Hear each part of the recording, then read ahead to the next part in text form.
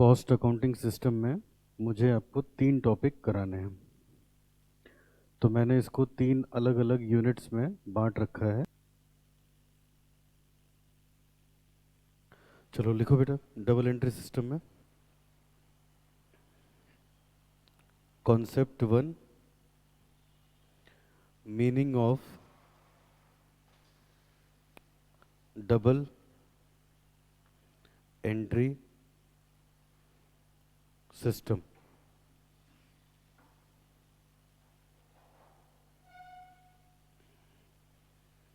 लिखिए।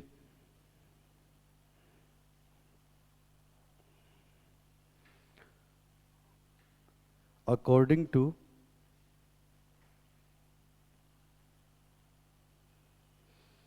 this system, every business transaction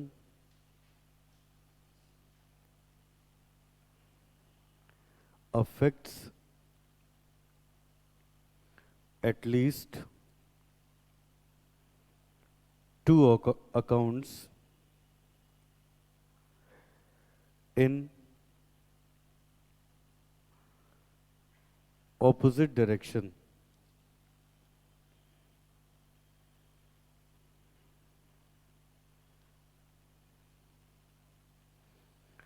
According to this concept,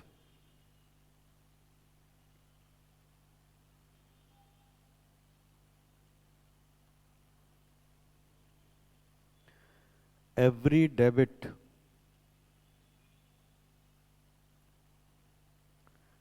has a credit and every credit has a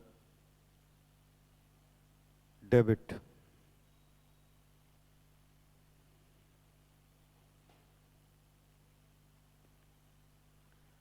Concept 2,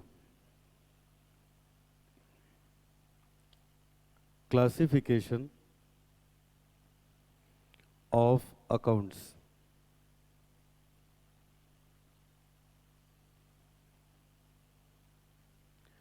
Classification of accounts.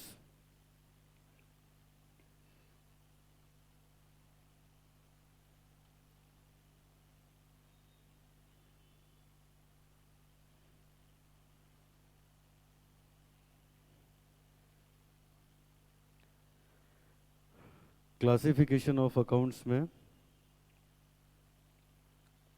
2 approaches हैं। Classification as per Indian approach,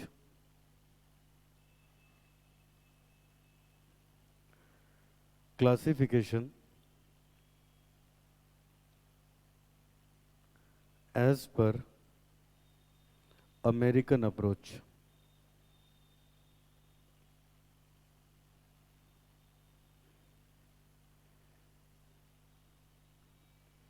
हम लोग करने जा रहे हैं concept 3, classification of accounts as per Indian approach.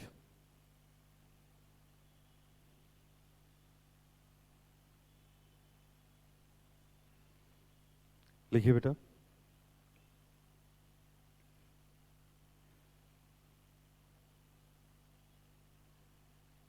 Accounts 2 तरह का होता है, personal account,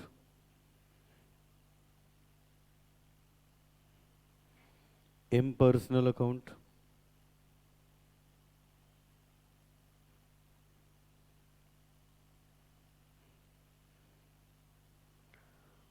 personal account further 3 type का होता है।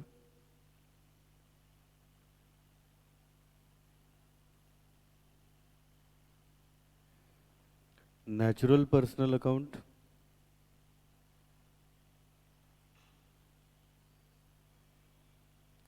Artificial personal account, representative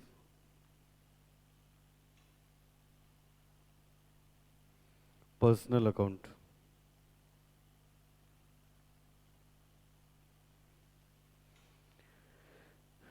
impersonal account हमारे पास दो टाइप के होते हैं।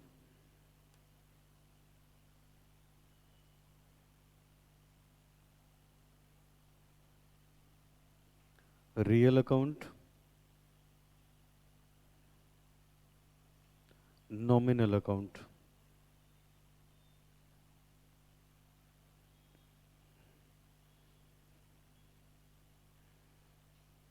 रियल अकाउंट फर्दर दो टाइप का होता है हमारे पास। टेंजिबल रियल अकाउंट,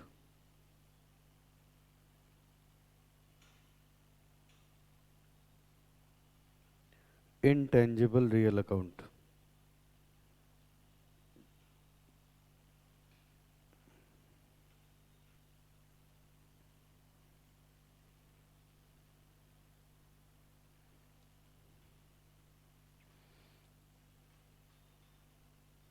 अब लिखेंगे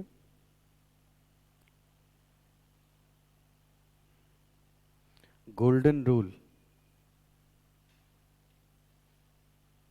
of account as per Indian approach.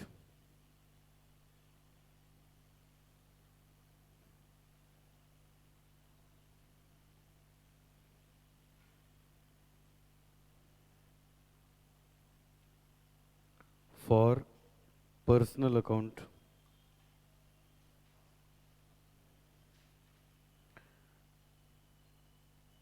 debit the receiver and credit the giver.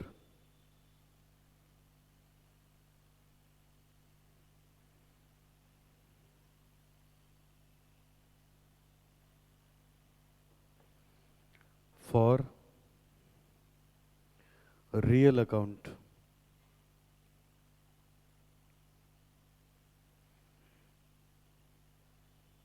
debit what comes in, credit what goes out.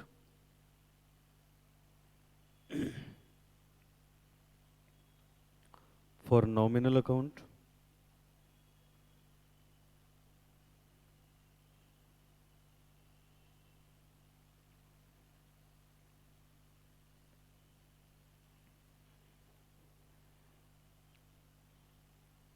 debit all expenses and losses,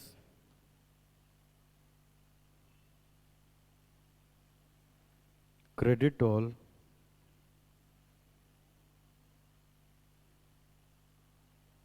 income and gain.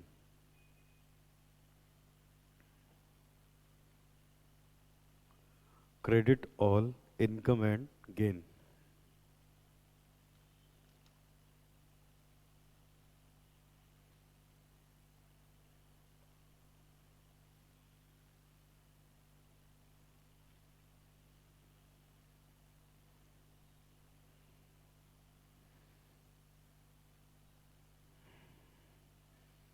चलो यहाँ तक समझते हैं, फिर आगे बढ़ेंगे।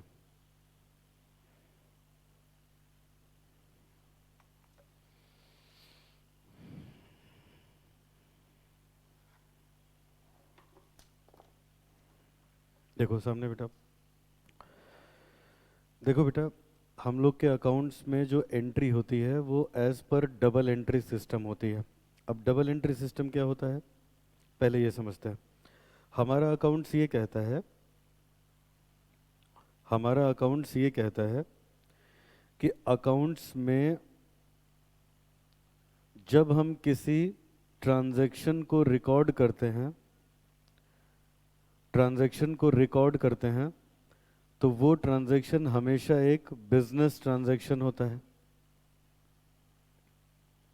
बिजनेस ट्रांजैक्शन क्या होता है? वो ट्रांजैक्शन जिससे कैपिटल, एसेट या लाइबिलिटी में से किसी एक में फर्क पड़ता है, उसी को हम क्या बोलते हैं? Business transaction. मेरा एग्जांपल सुनो, ध्यान से सुनना। मैंने आपका बिजनेस खरीदने का प्रॉमिस किया, इसकी एंट्री नहीं होती। देखो, हम लोग अकाउंट्स में जब किसी ट्रांजैक्शन को रिकॉर्ड करते हैं तो उसको बोलते हैं एंट्री बनाना, कि उसकी एंट्री हो गई बुक्स ऑफ अकाउंट्स में। एंट्री होती किस चीज की है? उस चीज की, वो जो बिजनेस ट्रांजैक्शन है। बिजनेस ट्रांजैक्शन क्या होता है? बिजनेस ट्रांजैक्शन होता है जैसे किसी व्यापारी ने अपने व्यापार में कैपिटल लगा दी। कैपिटल लगा दी तो एक तरफ कैश बढ़ा तो दूसरी तरफ कैपिटल भी बढ़ गई। फर्क पड़ा दो चीजों में। अब उसने इसी कैश में से फर्नीचर खरीद लिया तो कैश घट गया, फर्नीचर आ गया। तो जब हमारे पास कैपिटल, एसेट या लाइबिलिटी में चेंजेस आते हैं किसी भी लेन देन से, व्यापारिक लेन देन से, तो उसी को हम लोग क्या बोलते हैं? Business transaction. और उसी बिजनेस ट्रांजैक्शन की एंट्री होती है। क्या बोला मैंने? हर वो व्यापारिक लेन देन जिससे कैपिटल, एसेट या लाइबिलिटी में चेंजेस आते हैं, उसी को क्या बोलते हैं? Business transaction. और उसी की एंट्री होती है, और किसी की एंट्री नहीं होती। अब सुनो बेटा, तो एंट्री होती कैसे है? एंट्री होती है डबल एंट्री सिस्टम से। डबल एंट्री सिस्टम क्या कहता है? डबल एंट्री सिस्टम कहता है कि हर बिजनेस ट्रांजैक्शन का दो जगह असर आता है, और जब हम अकाउंट्स में लिखेंगे तो दोनों जगह लिखेंगे, एक जगह नहीं लिखेंगे। जैसे वो कहता है कि मान लीजिए एक मिस्टर एक्स है, एक मिस्टर वाई है, ये पर्सन है सेलर, ये पर्सन है परचेजर। तो इन्होंने अगर माल बेचा तो इसने खरीदा। When somebody is giver, then somebody is receiver। और जब हम अकाउंट्स में लिखेंगे तो हम दोनों एस्पेक्ट लिखेंगे, एक एस्पेक्ट नहीं लिखेंगे। जब हम अकाउंट में एंट्री करेंगे तो कौन सी करेंगे? दोनों एस्पेक्ट की एंट्री करेंगे। इसको हम बोलते हैं double entry system. Double entry system क्या होता है? According to this system, every business transaction affect atleast two account in opposite direction. According to this concept, every debit has credit and every credit has debit. अब credit debit तो भी समझ नहीं पाओगे, अभी ऐसे समझो कि एंट्री किसकी बनती है? बिजनेस ट्रांजैक्शन की। बिजनेस ट्रांजैक्शन क्या होता है? वो व्यापारिक लेन देन जिससे कैपिटल, एसेट या लाइबिलिटी पे फर्क पड़ता है, उसको हम क्या बोलते हैं, या चेंजेस आते हैं? Business transaction. जब भी व्यापारिक लेन देन होता है तो दो जगह फर्क पड़ता है उसका, दो अलग अलग अकाउंट में। उस दोनों एस्पेक्ट को क्योंकि हम लोग रिकॉर्ड करते हैं तो इसलिए हम लोग बोलते हैं इसको double entry system. Otherwise recording होती है लेकिन सिंगल एंट्री सिस्टम पे भी होती है, डबल एंट्री पे नहीं। आप मुझे फीस जमा करते हो तो मैं रसीद काट के आपको दे देता हूं। हम ऐसे थोड़े ना लिखते हैं कि आपने पैसा दिया, मुझे पैसा मिला, है ना? ये इंप्लाइड होता है कि मुझे ही मिला। लेकिन जब यहां लिखेंगे तो क्या करेंगे? दोनों एस्पेक्ट यहां पे रिकॉर्ड करेंगे। अब सुनो बेटा, तो रिकॉर्ड करें कैसे? सब बच्चे ध्यान देना। रिकॉर्ड करें कैसे? जब किसी ट्रांजैक्शन को अकाउंट्स में लिखते हैं तो कहा जाता है उसकी बुक्स में एंट्री हो गई। तो एंट्री बनाएं कैसे? तो कहा जाता है एंट्री बनाने का पहला स्टेप है, पहले पहचानो वो कौन सा अकाउंट है। क्या करोगे? पहले पहचानेंगे कौन सा अकाउंट है। पहले हम ये पहचानेंगे कि बिजनेस ट्रांजैक्शन है कि नहीं। पहचान लिया तो पहचानेंगे उसमें कौन सी दो चीजें इन्वॉल्व हैं। फिर हम पहचानेंगे वो दोनों कौन सा अकाउंट है। फिर उनके हम रूल लगाएंगे, रूल लगाने के बाद अपने आप एंट्री बन जाएगी। क्या क्या बोला मैंने? दिमाग में बैठा लो एकदम, जीवन में कभी गलत नहीं होगा। नंबर एक, जब भी एंट्री करनी है तो पहले पहचानेंगे बिजनेस ट्रांजैक्शन है कि नहीं है। पहचान लिया, अब पहचानेंगे उसमें अगर है तो कौन सी दो चीजें इन्वॉल्व हैं उसमें। पक्का दो चीजें होंगी, क्योंकि डबल एंट्री सिस्टम क्या कहता है कि एक क्रेडिट होगा तो दूसरा डेबिट होगा। उसको पहचान लो। फिर पहचानो वो दोनों कौन सा अकाउंट है। फिर पहचानने के बाद उनके जो रूल्स हैं वो रूल लगा दो, वो रूल लगा दो। तो बेटा आपको ये पहचानना है कि बिजनेस ट्रांजैक्शन है कि नहीं। आपको ये पहचानना है उसमें कौन सी दो चीजें इन्वॉल्व हैं। फिर आपको पहचानना है ये दोनों कौन से अकाउंट हैं। फिर आपको पहचानना है इस वाले में कौन सा रूल लगेगा, इस वाले में कौन सा रूल लगेगा। तो ये तब तक नहीं पहचान पाओगे जब तक अकाउंट की जानकारी नहीं होगी।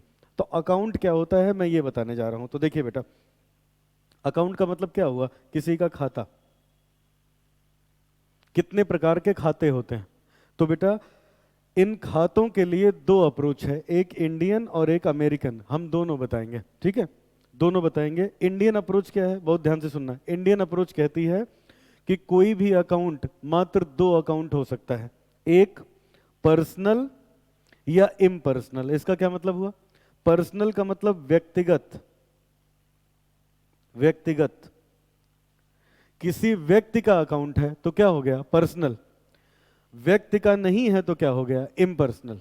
फिर से सुनो, जब हमें किसी चीज की एंट्री बनानी होगी तो पहली चीज बिजनेस ट्रांजैक्शन है कि नहीं, पकड़ में आ गया। कौन सी दो चीजें इन्वॉल्व हैं, पकड़ में आ गया। वो दोनों कौन से अकाउंट हैं, पकड़ में आ गया। तो उसके लिए गोल्डन रूल क्या है, यहीं से डिसाइड होगा कौन डेबिट होगा कौन क्रेडिट होगा। अब अकाउंट पहचाने कैसे? तो अकाउंट पहचानने का तरीका ये है, नंबर एक, पहले पहचानो किसी व्यक्ति का अकाउंट है या नहीं। अगर व्यक्ति का है तो पर्सनल, व्यक्ति का नहीं है तो इम्पर्सनल। अब व्यक्ति का मतलब क्या होता है, सुनो, यहां व्यक्ति का मतलब इंसान से नहीं है, यहां मतलब है इंडिविजुअल, फर्म, कंपनी, है ना। अब सुनो, देखो बेटा, इंडिविजुअल का मतलब हमारा आपका अकाउंट, ये हम आप इंडिविजुअल है। इस क्लासेस का भी तो अकाउंट है, वो इस क्लास का अकाउंट है। तो हमारे अकाउंट्स में हमारे अकाउंट्स में कई तरह के पर्सनल, हमारे इस कॉमर्स में पर्सनल अकाउंट में पर्सन का मतलब अलग होता है। पर्सन का मतलब इंसान से नहीं है, पर्सन का मतलब एक इंडिविजुअल, इंडिविजुअल का मतलब इंसान। कोई फर्म भी पर्सन है, पार्टनरशिप एक पर्सन है, कंपनी एक पर्सन है, बॉडी ऑफ इंडिविजुअल एक पर्सन है। समझ समझ गए ना बेटा। तो ये पहचानना होगा, जब हम एंट्री बनाएंगे तो हम ये पहचानेंगे वो किसी का पर्सनल अकाउंट है या पर्सनल नहीं है। अगर पर्सनल है, अगर पर्सनल है तो पर्सनल का रूल लगेगा, पर्सनल का रूल लगेगा। अगर पर्सनल नहीं है तो दो ही बातें हो सकती हैं, या तो वो कोई संपत्ति होगी, प्रॉपर्टी, तो प्रॉपर्टी को बोलते हैं रियल अकाउंट, या तो कोई इनकम या एक्सपेंस होगा, इनकम या एक्सपेंस होगा, उसको हम बोलते हैं नॉमिनल अकाउंट। क्या बोला मैंने? एंट्री बनाने के लिए बिजनेस ट्रांजैक्शन है कि नहीं, कौन सी दो चीजें इन्वॉल्व हैं, दोनों चीजों का अकाउंट कौन सा है, कैसे पहचानेंगे? पहचानने का तरीका ये है, पहले पहचानेंगे पर्सनल है या पर्सनल नहीं है। पर्सनल का मतलब किसी individual, firm, company, body of individual, इन सब का अकाउंट है तो पर्सनल है। नहीं है तो इम्पर्सनल। इम्पर्सनल में दो टाइप, रियल, नॉमिनल। रियल क्या होता है? अगर कोई प्रॉपर्टी है तो क्या है? रियल अकाउंट है। और अगर इनकम या एक्सपेंस है तो क्या हो जाएगा? नॉमिनल अकाउंट हो जाएगा। अब रूल क्या है, देखो रूल क्या है। पर्सनल अकाउंट के लिए जो रिसीवर है वो हमेशा डेबिट होगा, जो गिवर है हमेशा क्रेडिट होगा। रियल अकाउंट का रूल है debit what comes in, credit what goes out. जब जब हम संपत्ति खरीदेंगे हमें संपत्ति मिलेगी तो डेबिट होगी, जब जब संपत्ति जाएगी तो क्रेडिट होगी। पर्सनल का रूल क्या है? रिसीवर हमेशा डेबिट होगा, गिवर हमेशा क्रेडिट होगा। रियल का रूल क्या है? संपत्ति जब आएगी तो डेबिट करेंगे, जब जाएगी, आएगी कब? जब खरीदोगे, जाएगी कब? जब बेचोगे। और नॉमिनल अकाउंट में जितने एक्सपेंसेस और लॉसेस हैं उनको डेबिट करते हैं, जितनी इनकम या गेन है उसको हम लोग क्रेडिट करते हैं। चलो बताओ, पर्सनल का रूल क्या है? Debit the receiver and credit the giver. जो व्यक्ति गिवर है वो डेबिट होगा, और जो रिसीवर है वो डेबिट होगा, जो गिवर है वो क्रेडिट होगा। पर्सनल उसका रियल का रूल क्या है? Debit what comes in, credit what goes out. और इसका रूल क्या है नॉमिनल का? Debit all expenses and losses, credit all income and gain. ये दिमाग में बैठा लो, ऐसे एंट्री होगी, ठीक है। आगे, अब यहां देखो, अब ये समझ लो बस। देखिए, पर्सनल अकाउंट तीन तरह का होता है, हम आप जैसे जिंदा इंसान, तो ये हो गया नेचुरल पर्सन। आर्टिफिशियल पर्सन का मतलब हो गया बेटा कि आर्टिफिशियल पर्सन का मतलब जिसको कानून ने पर्सन मान लिया है। कानून तो शिरडी वाले साईं बाबा से भी टैक्स ले लेता है, ठीक है, उनको भी इंसान मान लेता है। तो जिसको कानून ने इंसान मान रखा है वो कौन है? Artificial person. जैसे कहते हो कंपनी की कॉमन सील होती है ना, तो कंपनी कोई आदमी थोड़े ना है। और वहीं कंपनी में फ्रॉड हो जाए तो लिफ्टिंग ऑफ कॉर्पोरेट व्हील, तब पकड़ेंगे डायरेक्टर को जाके, ठीक है। अब आगे, रिप्रेजेंटेटिव पर्सनल का मतलब होता है बेटा जो एक ग्रुप ऑफ पर्सन को प्रेजेंट करे उसको हम लोग बोलते हैं रिप्रेजेंटेटिव पर्सनल अकाउंट। जैसे कि सैलरी है ना, तो ये हमारे पास हो गया रिप्रेजेंटेटिव। अभी मैं सब बताऊंगा, सबके एग्जाम्पल भी दूंगा। रियल अकाउंट दो तरह के, एक जिसको हम छू सकते हैं, देख सकते हैं, महसूस करते हैं, जिसका कोई साइज शेप होता है वो टेंजिबल, जिसको देख नहीं सकते, छू नहीं सकते, महसूस नहीं कर सकते, वो क्या है, इनटेंजिबल। इनटेंजिबल का example goodwill, patent, copyright, franchise, trademark, समझ गए। और टेंजिबल का मतलब ये सब जितनी संपत्ति आप देख रहे हो ये सब क्या है। तो चलो अब फिर से एक बार, डबल एंट्री सिस्टम क्या कहता है, हर व्यापारिक लेन देन का दो जगह असर आता है, हम दोनों लिखेंगे, हम एक नहीं लिखेंगे। जैसे मान लो कहीं डायरी में किसी को पेमेंट करो तो वो लिख दे इनसे इतना प्राप्त किया, है ना, या उसका खर्च होगा तो बस लिखेगा यहाँ खर्च हो गया। यहाँ दोनों लिखना है, पैसा गया तो आखिर कहाँ गया, कौन सा खर्चा हुआ। तो every debit has a credit, ऐसा कौन कहता है, डबल एंट्री सिस्टम। और हमारे रूल कैसे चलते हैं, डबल एंट्री सिस्टम के हिसाब से ही चलते हैं। आगे, डबल एंट्री सिस्टम में एंट्री बनाने के लिए हमें कई स्टेप लगाने होंगे। पहले हम पहचानेंगे कि उसमें बिजनेस ट्रांजैक्शन है या नहीं है। कैसे पहचानेंगे, जब कैपिटल एसेट या लायबिलिटी में चेंजेस आएंगे तो बिजनेस ट्रांजैक्शन है, नहीं आते हैं तो नहीं है। नहीं आएंगे तो उसकी एंट्री नहीं बन सकती, एंट्री उसी की बनेगी जिससे कैपिटल एसेट और लायबिलिटी में चेंज आए। उसके लिए हमें पहचानना होगा कि नंबर 2 में कौन सी दो पार्टी इन्वॉल्व हैं, जो इन्वॉल्व हैं वो कौन सा अकाउंट है। तो अकाउंट हो कौन कौन से सकते हैं, एक पर्सनल और एक दूसरा इम्पर्सनल। पर्सनल में किसी का व्यक्तिगत, इम्पर्सनल मतलब या तो कोई संपत्ति होगी या तो कोई इनकम या एक्सपेंसेस होंगे। इनकम एक्सपेंसेस नॉमिनल, संपत्ति है तो रियल, और बाकी हो गए पर्सनल, ऐसे समझ लो। बैलेंस शीट की सारी आइटम रियल अकाउंट में आएगा, एसेट साइड में, क्योंकि वहां क्या लिखते हो, संपत्ति। पीएनएल में जो आइटम लिखते हो वो सब क्या है, नॉमिनल, इनकम एंड एक्सपेंसेस आएंगे। बात समझाएगी। बैलेंस शीट में रियल या पर्सनल, अरे डेटर, क्रेडिटर, ये सब क्रेडिटर वगैरह भी तो लिखते हो ना। तो पर्सनल और रियल कहाँ जाते हैं, बैलेंस शीट में। पीएल वाले सारे क्या होते हैं, नॉमिनल, बाकी हमारे पास पर्सनल। तो अगर पर्सनल अकाउंट है तो हम लोग लिखेंगे, हम लोग जो पैसे रिसीव करने वाला होगा वो डेबिट होगा, जो पैसे देने वाला होगा क्रेडिट होगा। रियल में जब संपत्ति खरीदेंगे तो डेबिट, बेचेंगे तो क्रेडिट। नॉमिनल में खर्चे डेबिट, इनकम क्रेडिट। आगे बढ़े, ये हमारी इंडियन, अभी इसकी प्रैक्टिस करेंगे तो खाली इंट्रोडक्शन है ऐसे ही। अब हर सवाल में इसकी प्रैक्टिस करेंगे। अब लिखो जरा एक बेटा heading, classification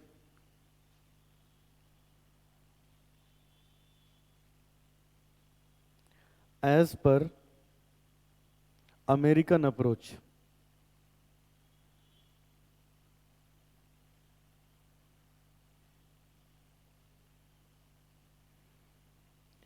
classification as per American approach.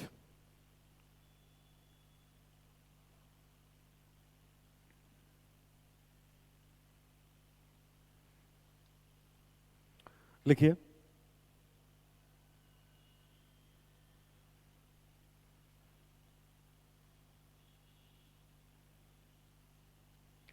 as per American approach,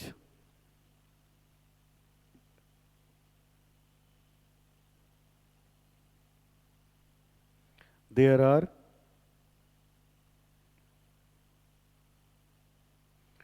following accounts.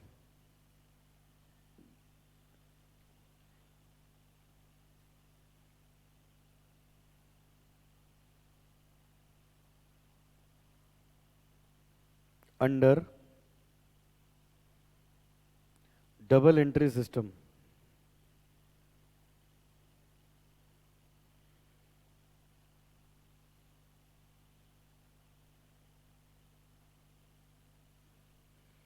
Number 1, asset account,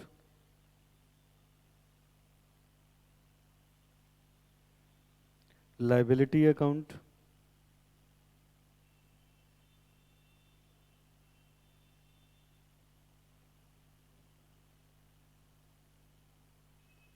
income account,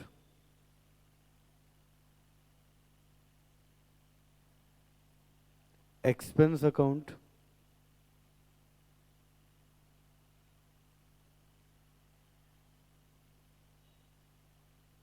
capital account.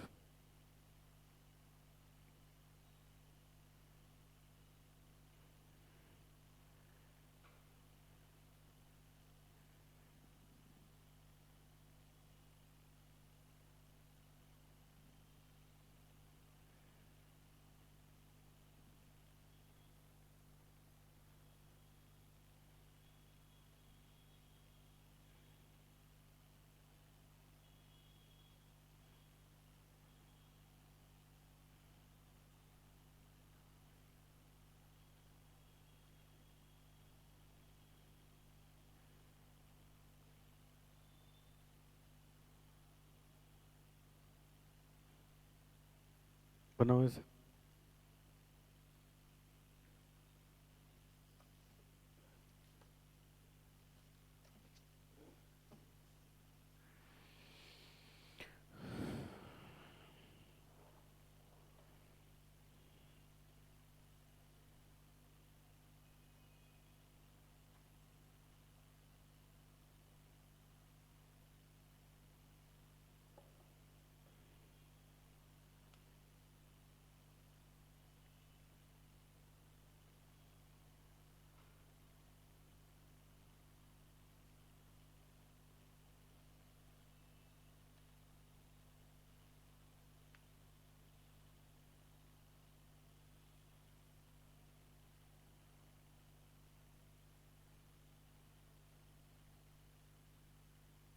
हो गया।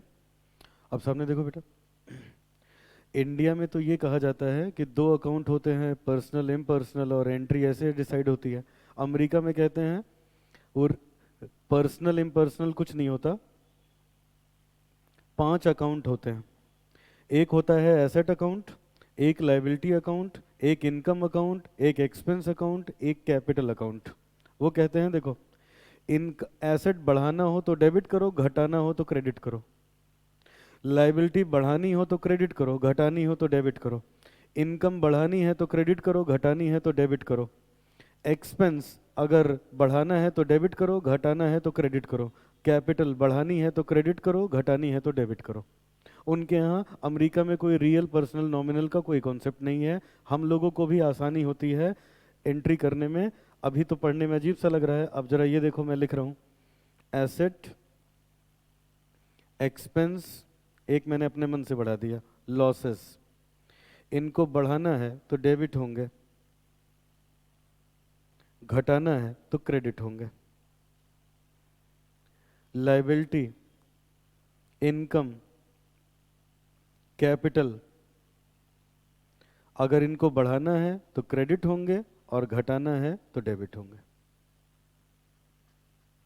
अमेरिका में रियल पर्सनल नॉमिनल का कोई कॉन्सेप्ट नहीं है, हम भी शॉर्टकट में ऐसे ही चलते हैं। एसेट, एक्सपेंस, लॉस, ये एक जैसे चलते हैं।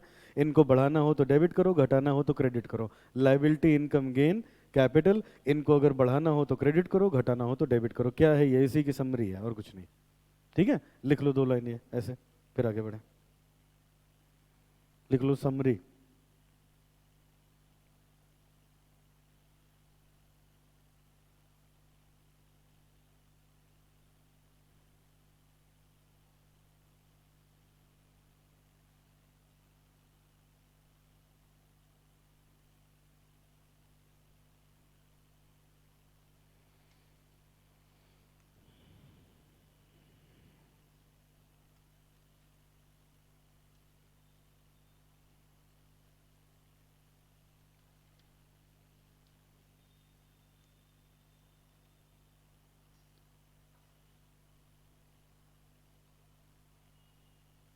चलिए आगे। अब बेटा इसी का हम एप्लीकेशन पढ़ेंगे। सब लोग हेडिंग लिखो, books of original entry,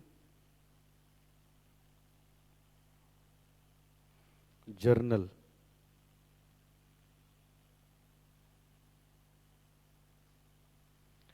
books of original entry, journal. लिखिएगा बेटा,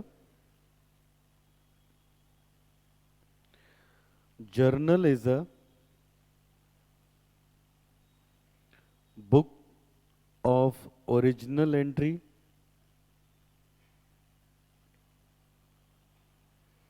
in which transaction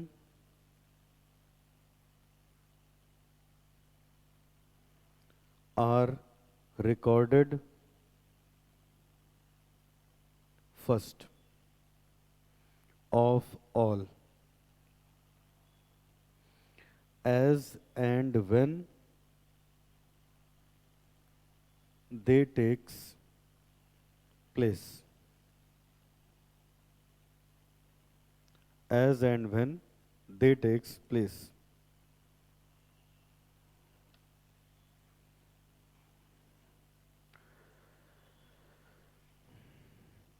Format.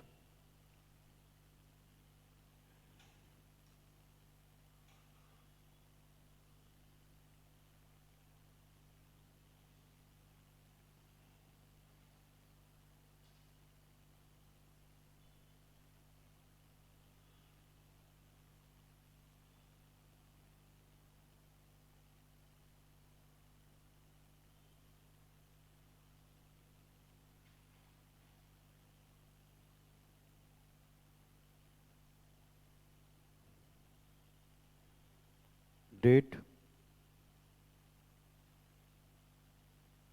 particulars, ledger folio, debit and credit.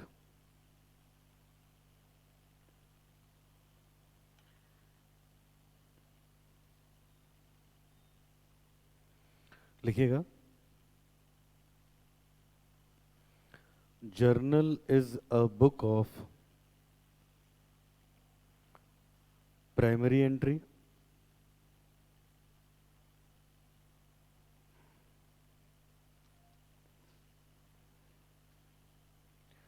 journal is also known as books of original entry,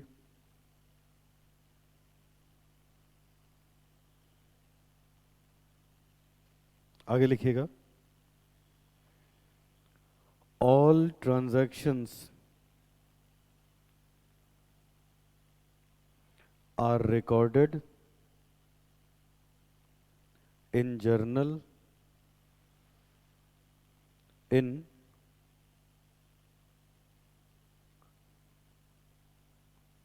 chronological order.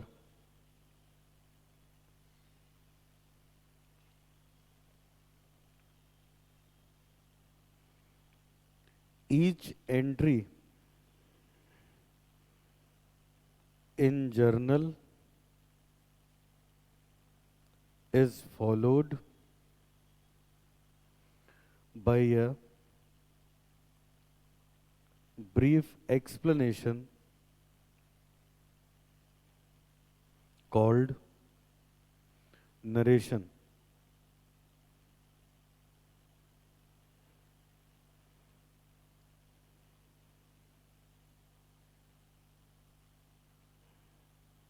Narration.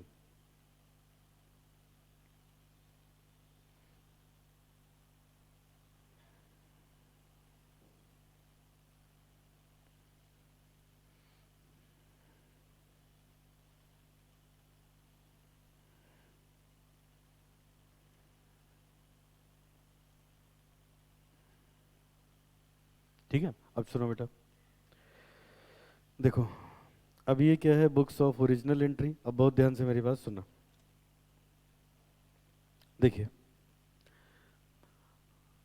जब भी कोई business transaction होता है तो सबसे पहले उसका एक सोर्स डॉक्यूमेंट तैयार किया जाता है। मतलब ये कि किसी भी बिजनेस हाउस में जब भी कोई बिजनेस ट्रांजैक्शन होगा तो एक उसके लिए सोर्स डॉक्यूमेंट तैयार किया जाता है। सोर्स डॉक्यूमेंट का मतलब क्या होता है, आपने जैसे मुझे फीस दी है तो आपके पास सबूत क्या है, रिसीट। समझ आया ना? तो जब भी कोई बिजनेस ट्रांजैक्शन होता है तो उसके लिए पहले बाउचर बनाया जाता है। सोर्स डॉक्यूमेंट, सोर्स डॉक्यूमेंट क्या होता है, receipt, voucher, cash memo, debit note, credit note, आगे सब आएगा, पढ़ोगे, है ना? जैसे अब मेरी एक बात सुनना, यहाँ पे चौक साइड में देखा होगा तुम लोगों ने, मेडिकल कॉलेज के पास वो है एक अटल बिहारी ने कुछ बनवाया था, नाम नहीं याद आ रहा, साइंटिफिक कन्वेंशन सेंटर कुछ ऐसे है ना। हाँ, अब हम लोगों ने उसका ऑडिट किया हुआ है। अब क्या है बेटा, उसमें इतने पैसे सबने खाए थे। अब ऑडिट होता कैसे है कि इतने पैसे लगे तो लगे कैसे, रसीदें दिखाओ। अब जब रसीद सामने आती है तो एक एक रसीद पे 4-4 बार कटिंग हुई है, हिसाब ही नहीं मिल रहा है। बात समझ में आई? तो तो कोई भी बिजनेस ट्रांजैक्शन होता है तो सबसे पहले उसका सोर्स डॉक्यूमेंट बनता है। सोर्स डॉक्यूमेंट का मतलब जैसे बैंक में पैसे जमा करने जाते हो तो पे स्लिप भरते हो, वो अपने पास रख लेता है। 4 बजे जब फ्री होता है तो एक एंट्री मार देता है सबके खाते में, तब दिखता है कि अकाउंट में पैसे आ गए। ठीक है। तो तो होता क्या है, सबसे पहले कोई भी बिजनेस ट्रांजैक्शन होगा तो सोर्स डॉक्यूमेंट बनेगा, फिर उस सोर्स डॉक्यूमेंट से, वो तो खाली एक रसीद है, उस रसीद से इस बुक में एंट्री करी जाती है उस ट्रांजैक्शन की, जिसको हम लोग बोलते हैं जर्नल। जिसको हम लोग बोलते हैं जर्नल। जर्नल हमेशा, जर्नल को बोला जाता है ये बुक्स ऑफ प्राइमरी एंट्री है। प्राइमरी एंट्री क्यों? क्योंकि सबसे पहले ट्रांजैक्शन अगर बुक में आता है तो इसी बुक में आता है। इसको हम बुक्स ऑफ ओरिजिनल एंट्री भी कहते हैं।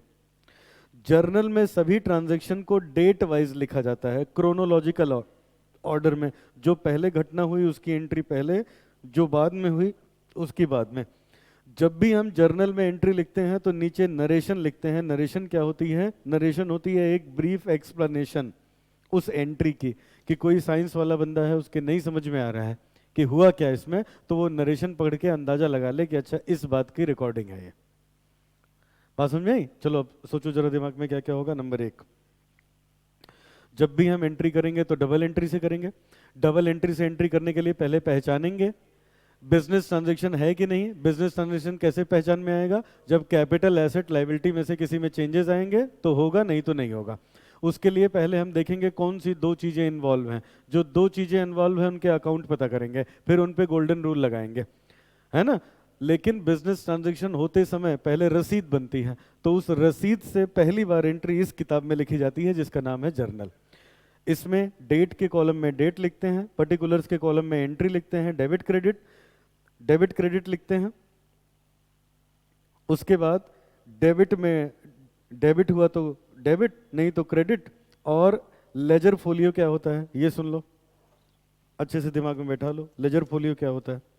इधर देखो, जैसे क्या हुआ, आप सभी लोगों के साथ मैं सेल परचेज करता हूं फ्रीक्वेंटली। आप लोग मेरे डेटर हो, आप ही लोग मेरे सप्लायर हो।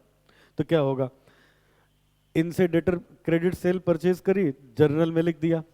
इनसे करी, लिख दिया। इनसे किया, लिख दिया। इनसे किया, लिख दिया, हो गया। अच्छा, अब क्या है बेटा, एक दिन अचानक से ये आ गए, कहे कि मेरा पैसा कितना हुआ है बताइए, हम पेमेंट करने जा रहे हैं।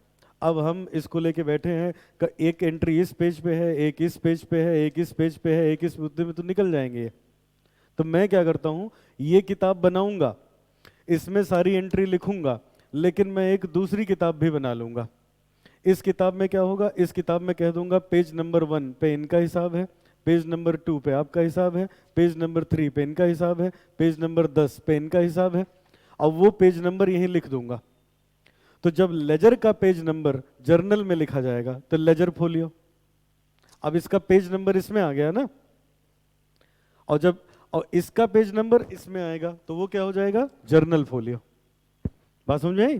फिर से सुनो, एंट्री करेगा कौन, वो जिसके यहां न्यूमरस ट्रांजैक्शन होते होंगे। अब ध्यान से मेरी बात सुनना, मेरे जानने में कुछ बिजनेसमैन ऐसे हैं बेटा कि उनकी कानपुर में दुकान है, एसबीआई में उनका करंट अकाउंट है।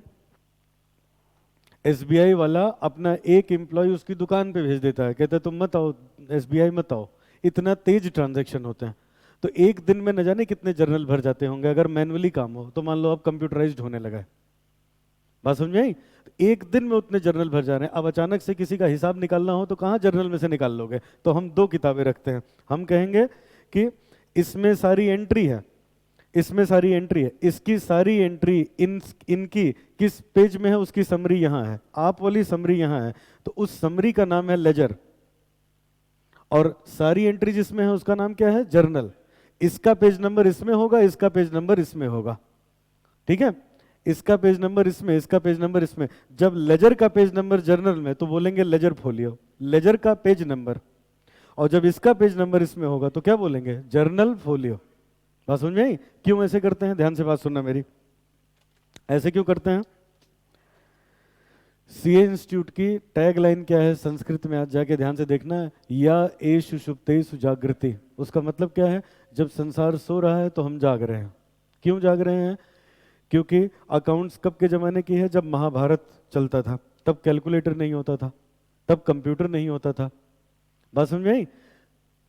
बैंक 4 घंटे के लिए खुलते थे, 4 घंटे में जितना ट्रांजैक्शन होता था उसको रिकॉर्ड करते करते सारी रात लग जाती थी अकाउंटेंट की, तब भी नहीं टैली हो जाता। तो इसलिए इतना सिस्टमेटिकली काम होता था, इसका पेज नंबर यहाँ, इसका पेज नंबर यहाँ। बात अब समझ में आई? तुम लोगों ने तो देखा नहीं, हम लोगों ने तो ऑडिटिंग करी है जब मैनुअल बैंकिंग होती थी। मैनुअल बैंकिंग, ये जो रजिस्टर होते हैं इसके पेज स्टील के होते थे, वो इतनी बार खुलता बंद होता था ना कि उसकी आफत आ जाती थी, और उसको आप ऑडिट नहीं कर सकते। 1 बजे बैंक बंद हो जा रही है, 1 बजे से लेकर रात में 8 बजे तक वो खाली लिखे जा रहे हैं क्या क्या ट्रांजेक्शन हुआ, सब हाथ से होता था। बात समझ में आई? तो आप बताओ अपने काम की बात। जब लेजर का पेज नंबर जर्नल में है तो क्या बोलोगे? Ledger folio. और जब जर्नल का पेज नंबर उसमें है, लेजर में है, तो क्या बोलेंगे? Journal folio. फोलियो का मतलब क्या है? Page number. क्योंकि हमें दिमाग में ये लेके चलना है अकाउंटिंग तब की है जब कंप्यूटर नहीं हुआ करते थे। तो फटाफट पेज नंबर देखा, जैसे मान लो ये आ गए, हमारा हिसाब बताओ, मैंने ये किताब उठाई, इनका हिसाब पेज नंबर 10 पे लिखा है, हमने कहा ये इतना बनता है। ये कहेंगे ये तो हमने किया ही नहीं, हमने कहा ये देखो इस किताब में एंट्री है। तब भी नहीं संतुष्ट होंगे, बाउचर निकाल के दिखा दूंगा, कह दूंगा साइन किया है आपने, कैसे नहीं है। बात समझ में आई? इस तरीके से हम लोग अकाउंटिंग करते हैं। तो वो किताब जिसमें सबसे पहले हम चीजों को लिखते हैं उसको हम लोग बोलते हैं जर्नल। अब इसी जर्नल में बेटा, इसी जर्नल में ये जो ऊपर चीजें लिखे हो इनकी मैं प्रैक्टिस करवाऊंगा, लेकिन थोड़ा सा चीज और लिखने के बाद। चलो लिखो heading 1, meaning of goods.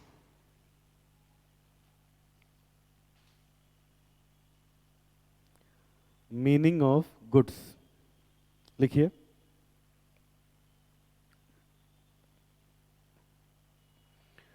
Goods are those things which are purchased for resale.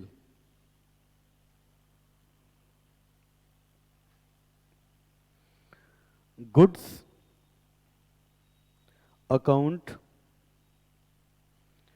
is classified into 5 accounts.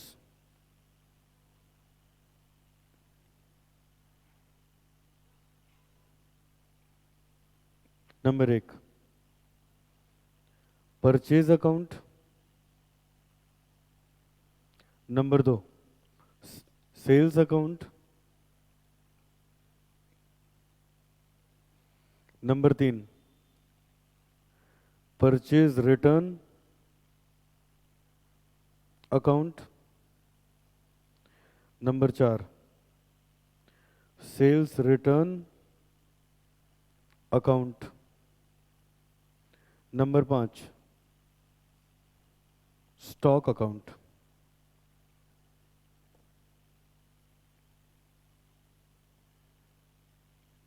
Stock account. चलो अब समझो।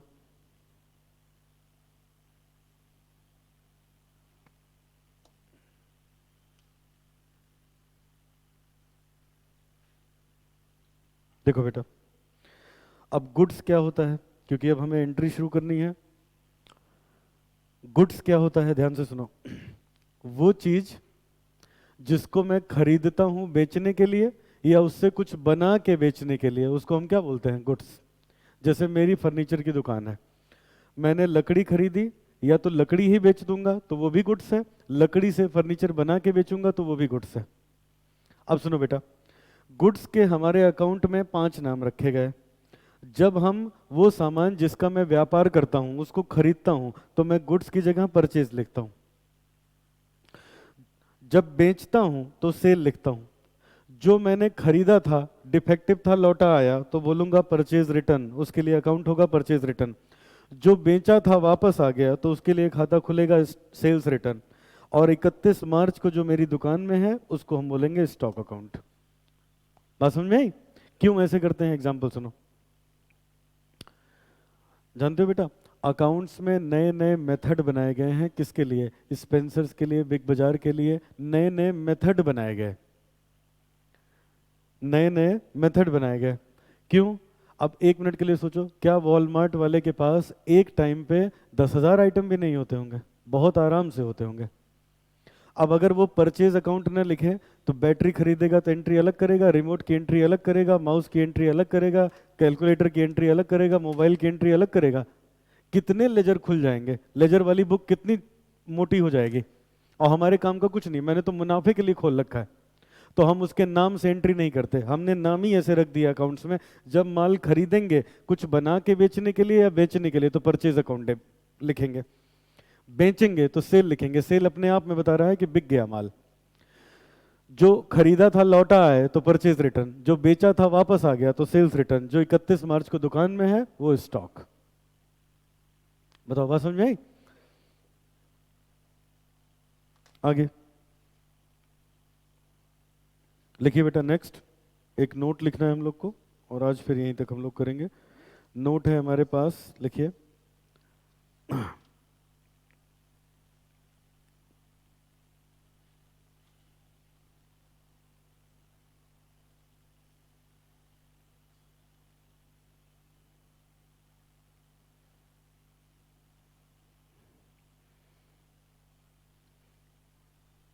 When any word, ब्रैकेट में लिखना प्रीफिक्स और a suffix is added to nominal account,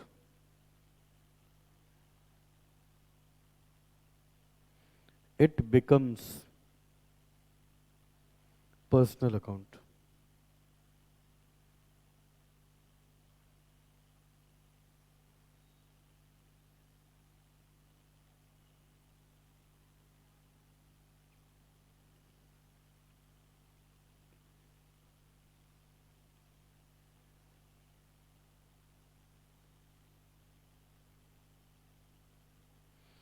जैसे एक तरफ लिखेंगे nominal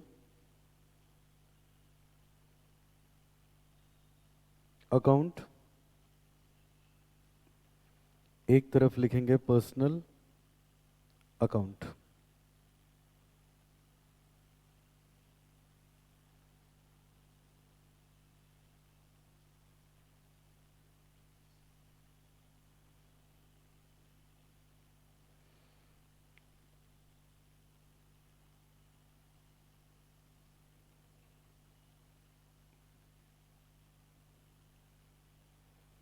rent,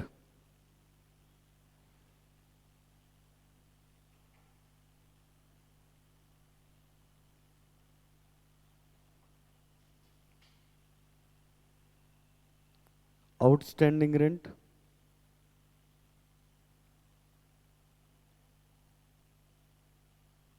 prepaid rent.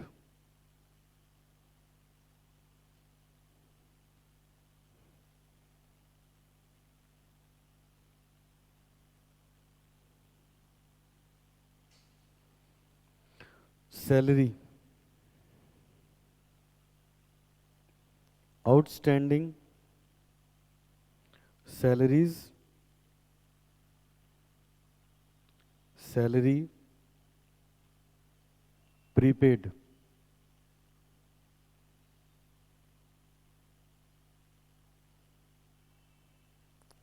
Commission,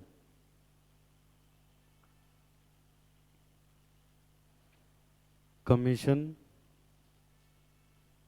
outstanding,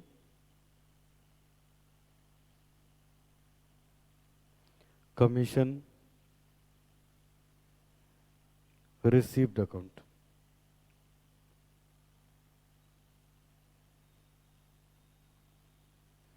interest, interest outstanding account, interest accrued account.